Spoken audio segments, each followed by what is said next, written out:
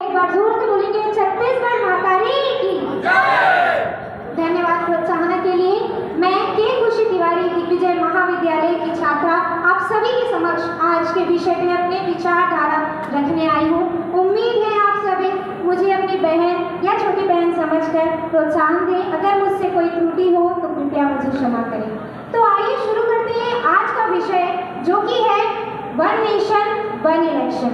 जैसे कि सभी मेरे साथियों ने आपको बताया कि ये होता क्या है, समय कम है, समय के अभाव में जल्दी में इसे क्या होता है समझा कर आगे बढ़ना चाहूँगी।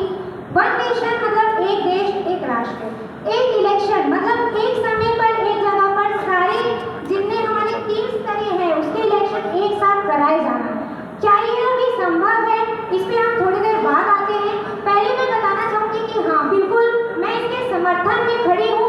एक युवा होने के नाते मैं इसमें आपको ये भी बताऊंगी कि इसके जितने डीमेरिट्स हैं जो कई मेरे साथियों ने गिनाए हैं, हम उससे कैसे उभर सकते हैं और कैसे युवा होने का जोश हम भी दिखा सकते हैं। सबसे पहले आते हैं इसके मेरिट्स पे।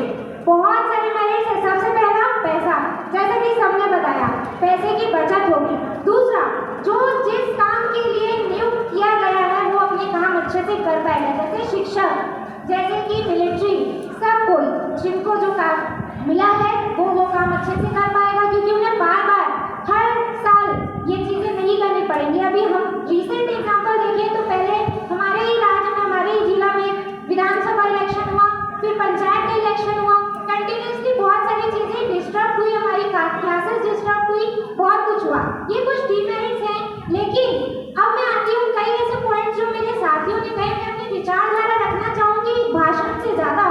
तो पहली चीज कि जनता की प्रतिभागिता कैसे कम होगी, मैं इस बात पे थोड़ा आप सभी को बोलूँगी, रोशनी दिखाना चाहूँगी कि अगर इलेक्शन होता है तो उसमें सिर्फ और सिर्फ जनता ही भाग लेता है, चाहे